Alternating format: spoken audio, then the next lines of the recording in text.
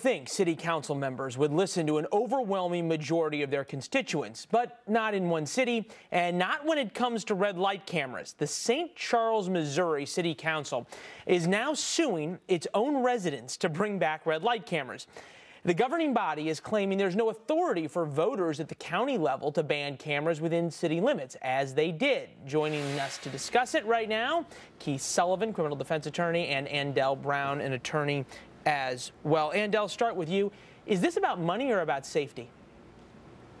I think it's all about money. The issue we have here is, why would a city council want to go so far in the other direction from their own constituents? We all know that these camera companies are privately owned. They provide the cameras. In many cases, they actually produce the violations, and they collect the money and give a portion to the city. There's only one reason that this city council would do something as far as go against 73% of their constituents, and I think that reason is money. Keith, does that make sense to you, in the sense that you have a city council who has obviously heard the voice of the voters and said, well, not only aren't we going to listen to you, but we're going to spend taxpayer money to fight you?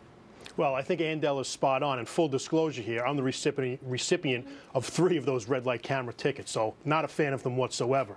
But Andel is correct. This is all about a money grab for the politicians. But there's, it's a lighthearted topic, but it's really a serious constitutional issue at play here. We know very well from the Constitution as well as U.S. Supreme Court that the federal government as well as the state government are considered separate sovereignties, so they can do things separately. We pay federal taxes, state taxes, federal prosecutions, state prosecutions. When a county or a state makes a determination that is usually binding on all of the cities, municipalities, towns, villages, and so forth that are within that county or state. However, there is an exception that's allotted by the Constitution, and that is for public safety. So if the city council members can show, over Andel's objection, that this is actually a public safety issue, then I think they're going to be able to get away with it. And usually when you go to the courts and it's politicians going to the courts trying to get more money for the municipalities and the counties, they tend to win, unfortunately. But I agree with Andel. This is all about a money grab and a tax on citizens. Andel, though, the research about whether red light cameras actually make things safer is anything but conclusive, right? Absolutely. It's not clear that red light cameras make us any safer. And there's also studies that indicate red light cameras actually make intersections more dangerous.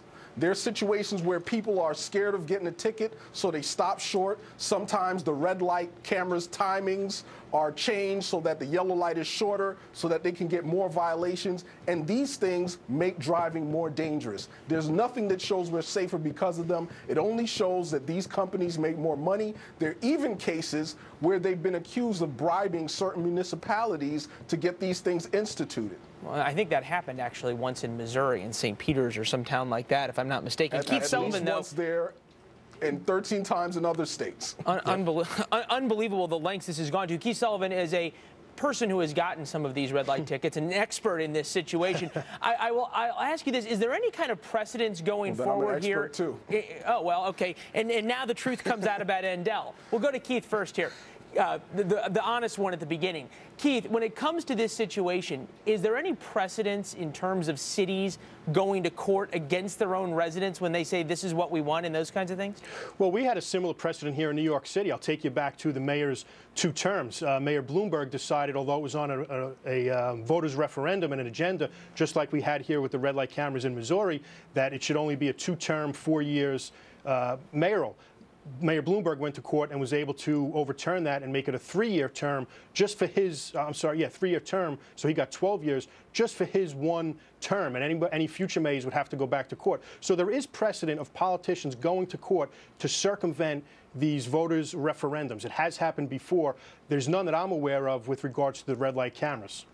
Well, all politics is local, as they say. What a debate, and obviously an interesting case to study, as this is going to cost a whole lot of money for the folks in Missouri. Keith Sullivan and Andel Brown, appreciate both of you gentlemen being here. Thank you. Take care. Thank Molly? you. And drive safer.